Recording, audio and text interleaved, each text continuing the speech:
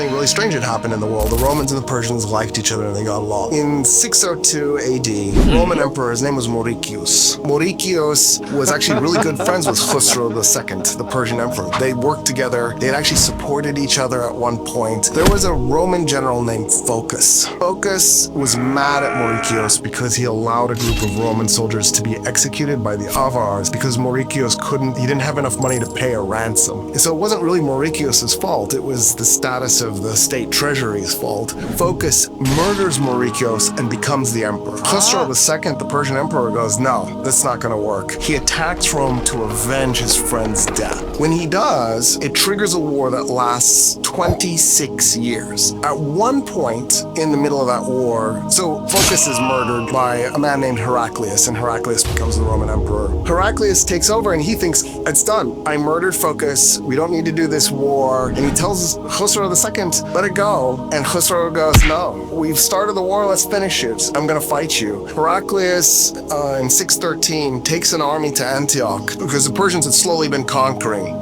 They take Damascus. They're taking chunks of the eastern end of the Roman Empire. They took Armenia. So Heraclius decides to launch a counterattack. He's so severely defeated that the Persians go all the way to Constantinople and they conquer Egypt, Palestine, Syria, Anatolia.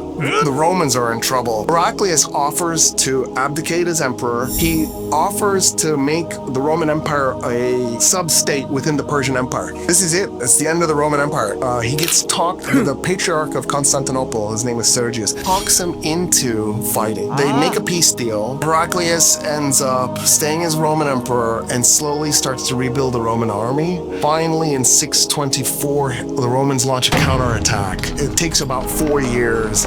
It's so disastrous for the Persians that he ends up at Ctesiphon, the Persian capital. He doesn't capture it, just like the Persians never captured Constantinople, but he forces the Persians to surrender. What follows is just disastrous for the Persians. Kavad kills his father to become the Persian emperor, and then he dies shortly afterwards. And there's a Persian woman who becomes the new empress, and then she's forced to abdicate, and another general takes over, and I think there's another general, then another woman gets in, and then the original woman gets back. It's chaos. 4 years where the Persians go through maybe a dozen leaders. It's disastrous.